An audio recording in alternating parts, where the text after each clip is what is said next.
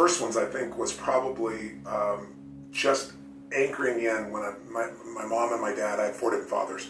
My mom was a powerful woman, so she kicked my 4th father out, whose name I carry, and he adopted me. And when he went out, she decided it wasn't his side, so she kicked me out too by chasing me out with a knife. And I wasn't worried she was going to stab me or anything, but I decided this is freedom, and I've got to find a way to make my life work. But I had no money. I had a 1960 Volkswagen I worked $40 a week as a janitor to buy and pay for. And so I had no car, I had no money, I had no anything. I went and slept in a person's laundry room, and then I decided I've got to figure out what to do, and I needed to feed my mind because I was so depressed, I was so overwhelmed, I'm missing my brother and sister and feeling just completely out of sorts. So I got on a bus and I traveled 14 miles, I remember, because I ended up running it one time, and I went to this bookstore and I bought this book called The Magic of Believing by Claude Bristol. It's the first real book other than maybe Think and Grow Rich or Emerson's essays. And I started on this journey of saying, every single day, I'm going to feed my mind. I'm not going to hope good thoughts show up. I'm going to read biographies. I'm going to find out what makes people tick. I'm going to understand what makes me tick. And I wanted to read a book a day, but I didn't do that. I took a speed reading class, and I read 700 books over 7 years. And they were all personal development, human development, psychology, physiology. And then what I try to do is take anything that I learned and apply it. And then when I applied it, I was 5'1" in my sophomore year in high school. I'm 6'7" now. I tell people the difference is personal growth. Really. But sincerely, I became Mr. Solution because I wanted to help everybody. So I was this little fat guy, and I couldn't lose weight, and I lost weight. And all my buddies are like, "How'd you do that?" And I said, "Well, here's what I did." And they lost weight, and then we all got girls. And that led to, as a young kid, that led to where, if you had a problem, I was Mr. Solution. Especially if you're a girl, I was more motivated to help you. So the breakthrough was really understanding the power of compressing decades into days. That if someone has spent decades of their life and they compress it into a book, and you can read it in an hour or a few days, you have such an advantage, because when you learn by your own experience, it's painful and it's slow. When you learn by other people's experience, everybody knows in the financial world, other people's money is leverage, right? Well, other people's experience is more powerful than other people's money, because you can have the money and lose it, but if you get the experience, you can change it all. So I think that was the beginning for me, and it sent me on a lifelong path of hunger. I've never lost my hunger. People ask me all the time, what is the some of the most successful entrepreneurs in the world, multi-billionaires. What sets all these people apart? And it's always hunger. They've not lost it. Some people are hungry to lose weight for to get to the beach party or make a certain amount of money, and then they get comfortable. The most successful people on earth have never lost that hunger. So that when you're hungry, there's continuous breakthroughs because you're always looking for answers. I had read Think and Grow Rich, and I had gotten involved in personal development, reading these books. And I was at this man's house. I was selling music at the time. I loved music, and I was selling these libraries of music. And this man kept looking at me with my big hands. And first he said, "You'll be the best boxer in the world." He's selling me this BS. And then he said, "You remind me of somebody. You remind me of this guy named Jim Rohn." I said, "Jim Rohn? I went to a seminar when I was 17. I was like 18 now, or 16. I went there when I was 17. And he said, "Well, he's a friend of mine."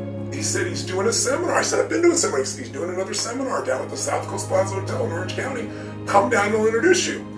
So I thought he was actually inviting me to come down and introduce him. I get down to this place. I pull up my 1968 Volkswagen. I moved up.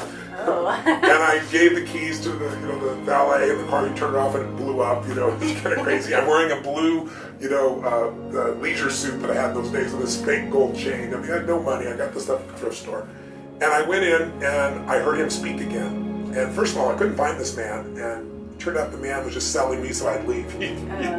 But I talked my way in. I met Jim Rohn and I went to work for him. And I started when I was 17 with Jim, and I became the #1 man in this entire company. I had 1,000 people at that time.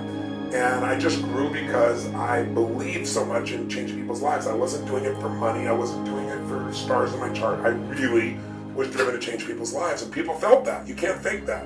And then my skills grew along with my enthusiasm and my passion, and then it grew. And eventually I became the top guy for Jim Rohn, and then I, with his support, broke off and started my own company.